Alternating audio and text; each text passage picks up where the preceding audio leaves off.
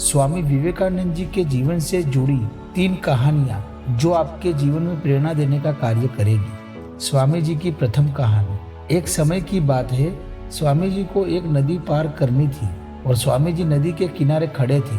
उतने में वहां पर एक साधु आते हैं और स्वामी जी के पास आकर उनसे पूछते हैं कि श्रीमान, क्या आप ही स्वामी विवेकानंद जी हैं? स्वामी जी ने कहा, हाँ, मैं ही स्वामी विवेकानंद हूँ।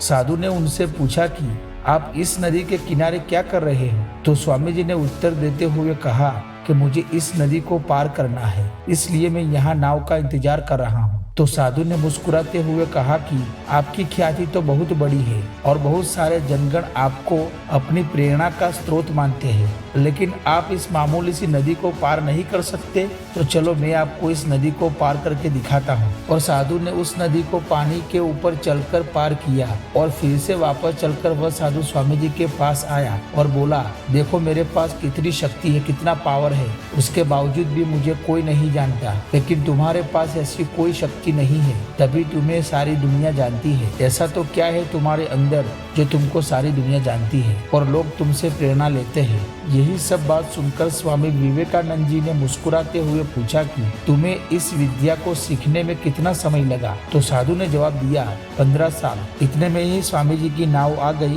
और स्वामी जी ने वो साधु को अपने साथ नाव में बिठाया और नदी पार की। और पार करने के बाद स्वामी जी ने 1 रुपया अपने जेब से निकाला और नाविक को दे दिया। दोनों का 50-50 पैसा भाड़ा हुआ था। पैसे देने के बाद स्वामी जी ने उस साधु से कहा कि जो काम तुम 50 पैसे में कर सकते थे, उसे करने के लिए तुमने अपने जीवन के अनमोल 15 साल बर्बाद कर दिए, और यही 15 साल अगर तुम समाज की भलाई के लिए लगाते तो आज तुम्हें पूरी दुनिया जानती, लोग तुम्हें भी प्रेरणा का स्रोत मानते, मगर तुमने ये नहीं किया और मैंने यही किया जो आज मुझे पूरी दुनिया जानती है और तुम्हें कोई नहीं जानता। इस कहानी से हमें ये सीख मिलती है कि हमें अपने कीमती समय को उस जगह लगाना चाहिए जहाँ पर उसका कोई मतलब निकले। बेफालतू की चीजों में समय को बर्बाद न करें। स्वामी जी की दूसरी कहानी। एक बार स्वामी विवेकानंद जी मंदिर से निकल रहे थे, तभी रास्ते में बंदरों का झुंड उनके पीछे पड़ जाता है। कोई बंदर उनके ऊपर लपकता है और कोई बंदर उनका प्रसाद छीनने की कोशिश कर रहा था। तो स्वामी जी उन बंदरों से पीछा छुड़ाने के लिए वहाँ से भागने लगे, लेकिन बंदर पीछा नहीं छोड़ रहे थे। दूर खड़े एक बाबा ये सब देख रहे थे। उन्होंने स्वामी जी से कहा,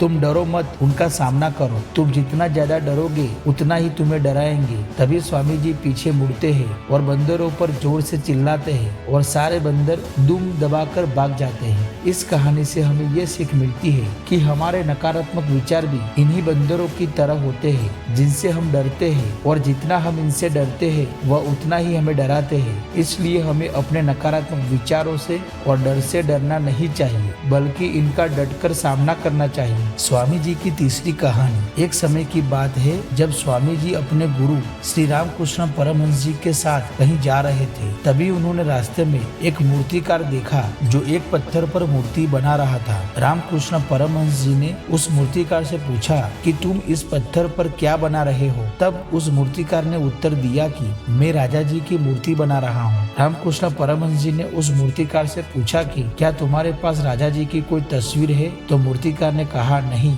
महाराज, मेरे पास कोई ऐसी तस्वीर नहीं है। तभी श्री रामकृष्ण परमहंस जी बोले, अगर तुम्हारे पास राजा की कोई तस्वीर नहीं है तो फिर तुम उनकी मूर्ति कैसे बना सकते हो? तो उस मूर्तिकार ने उत्तर दिया, भले ही मेरे पास राजा जी की कोई तस्वीर नहीं है, लेकिन मेरे दिमाग में उनकी तस्वीर स्पष्ट रूप से है। और कुछ ही देर में उस मूर्तिकार ने राजा की सुंदर मूर्ति बना दी। स्वामी विवेकानंद जी ये पूरी घटना अपनी आंखों से देख रहे थे। तभी उनके मन में कुछ प्रश्नों के उत्तर मिल गए कि अगर कोई भी इंसान कुछ भी पाना चाहता है तो उस मुकाम की कल्पना या तस्वीर उसके दिमाग में एकदम साफ होनी चाहिए। इस कहानी से हमें यह सीख मिलती है कि आप भी किसी लक्ष्य को पाना चाहते हो तो उस लक्ष्य की कल्पना या तस्वीर आपके दिमाग में एकदम साफ साफ होनी चाहिए। दोस्तों, ऐसी ही प्रेरक कहानी सुनने के लिए आपकी अपनी चैनल सक्सेस का जादू को लाइक, शेयर और सब्सक्राइब करें।